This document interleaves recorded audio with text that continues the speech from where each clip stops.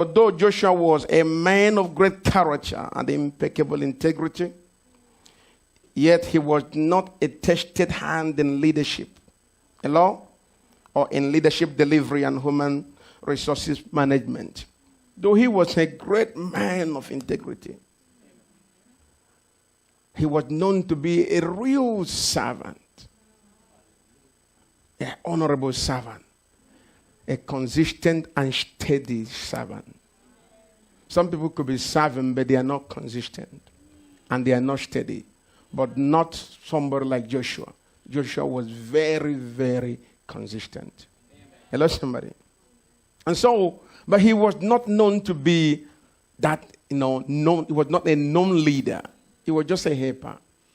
So all of a sudden, this guy who was just on the background, helping everybody to have a good life, have never led before, was entrusted in leadership arena from nowhere. Say, look, you're going to lead these 6 million people, women and children. Amen. So you will have every cause to be afraid. Because your future is as good as those that are leading you. Hello, somebody.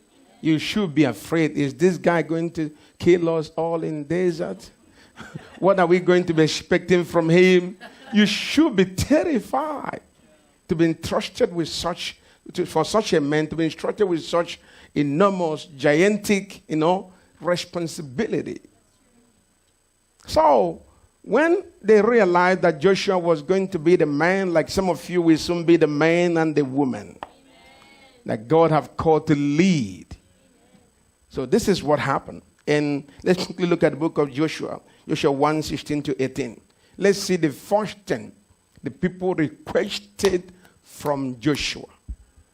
Are we making progress? Yes, amen, sir. The first thing they ever requested.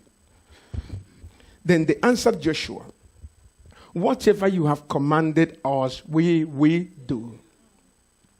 We will do. And wherever you send us, we will go. How many of us are like that in this church? Anybody? We don't see this in churches today, amen? Just as we fully obeyed Moses. Did you see that? So we will obey you. Amen. Only may the Lord your God be with you as he was with Moses. As long as God that was with Moses is with you, we will follow you. Amen. When you're following people, the first thing you must check, do they have God backing them? Amen. That's the first thing. Then they said something that marveled me. They made another second request. They said, whoever rebels against your word and does not obey your words, whatever you may command them, will be put to death. Anyone that refuses to obey you, we're going to come after that one as a people, as a congregation. Amen. Do you see what it takes to lead? You cannot be successful in your leadership delivery if you don't have people that are committed like this. Amen. We cannot be able to manage this church if my wife was not committed like this. Amen. Hello, somebody. If you don't have people that believe, that is in this dimension, willing to support what God have called us to do, it will be difficult for anyone to be successful.